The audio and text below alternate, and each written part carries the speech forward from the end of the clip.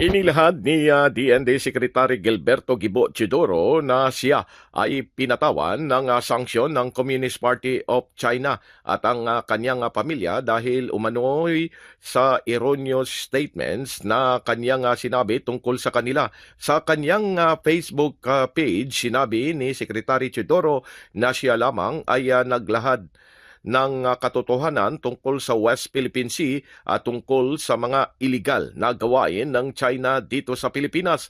Paliwanag pa ng kalihim na patuloy siyang gagampanan ng kanyang tungkulin at itutuloy din ito kasama ng mga ahensya ng gobyerno, mga iligal na gawain ng China tulad ng sa Bamban Scam Hub na front na nagkaroon pa ng Alice Go at kasaralang na Sanjia na gumagawa umano ng substandard at maduming bakal na ibinabaha nila sa mga mamamayang Pilipino. Dagdag pa ni Secretary Chidoro na dito anya sa Sanjia personal na nang himasok di umano ang mga matataas na opisyal ng Chinese Embassy para mapagtakpan lamang ang talamak na iligal na ginagawa dito. Binanggit pa ng kalihim na dapat ay natin natandaan na ito umano'y Sanjia ay pag-aari ni Tony Yang, kapatid naman ng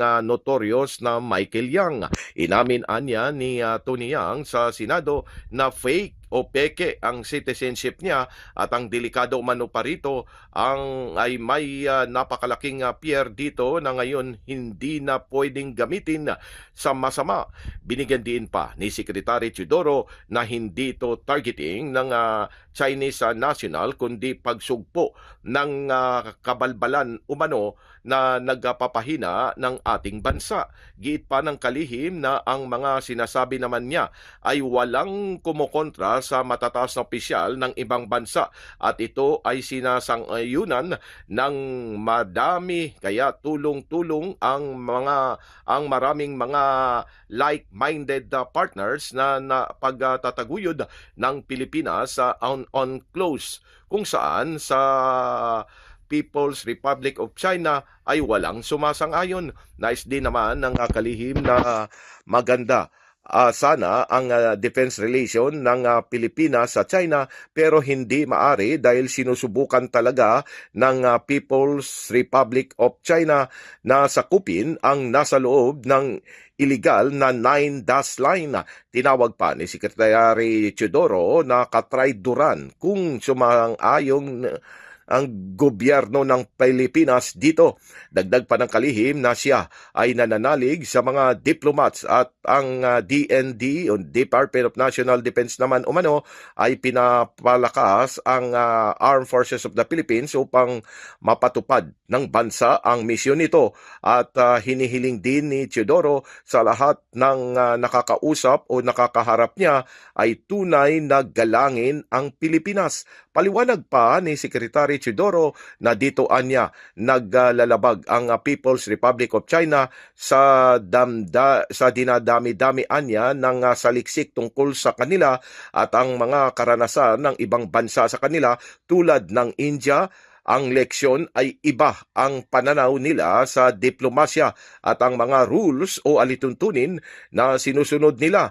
Gising anya ang Pilipinas sa mga gawain ng People's Republic of China sa puntong ito anya ay at may ginagawa umano ang kalihim kaya ganito ang kasagutan ng People's Republic of China sa kanya. Paano pa kayaan niya kung ginagawa ng China sa kanilang mga mamamayan na hindi panig sa kanila at yung mga tao naman sa mga lugar na pilit nilang sinakop.